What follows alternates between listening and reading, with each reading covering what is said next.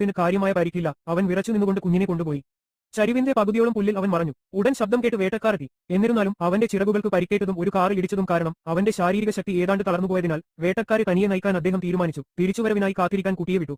കുറച്ചു ദിവസങ്ങൾ ഇതുപോലെ കടന്നുപോയി. അവന്റെ അമ്മ എത്തുന്നതിനു മുമ്പ് അവൻ ഒരു ഫാം ഹോമിൽ ഒളിച്ചിരുന്നു. എന്നാൽ തന്റെ അപ്പൂപ്പനെ സന്ദർശിക്കാൻ നാട്ടിൻപുറത്തിലെത്തിയ അലക്സിന്റെ സംഗീതത്തിലും മനോഹരമായ ആലാപനത്തിലും അദ്ദേഹം ആകൃഷ്ടനായി. ദയുള്ള അലക്സ്, എനിക്ക് എന്തെങ്കിലും കഴിക്കാൻ ആഗ്രഹിക്കുന്നുവെന്ന് കരുതി ഞാൻ വീട്ടിലേക്ക് പോയി റെഫ്രിജറേറ്ററിൽ നിന്ന് കുറച്ച് സിച്ചുവാൻ സോസേജുകൾ എടുത്തു.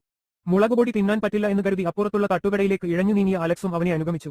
എന്നിരുന്നാലും അവൻ മൂലയിൽ നിന്ന് ഒരു മറഞ്ഞിരിക്കുന്ന ചത്ത എലിയെ പുറത്തെടുത്തു. തുടർന്ന് അലക്സിന് തന്ത്രപരമായ രീതിയിൽ വിഷ്വൽ മാജിക് കളിക്കാൻ മാത്രമേ കഴിയൂ എന്ന് അദ്ദേഹം മനസ്സിലാക്കി.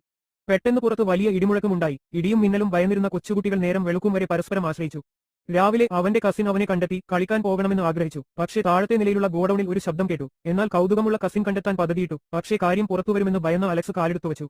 ഈ സമയത്ത് ചെറിയ കാര്യം ഭീമിൽ സന്തോഷത്തോടെ കളിച്ചുകൊണ്ടിരുന്നു. അലക്സ് അവനോട് മറക്കാൻ പറഞ്ഞു. പക്ഷേ പകരം വാലുകൊണ്ട് ഊഞ്ഞാലിൽ കളിച്ചു. രണ്ടു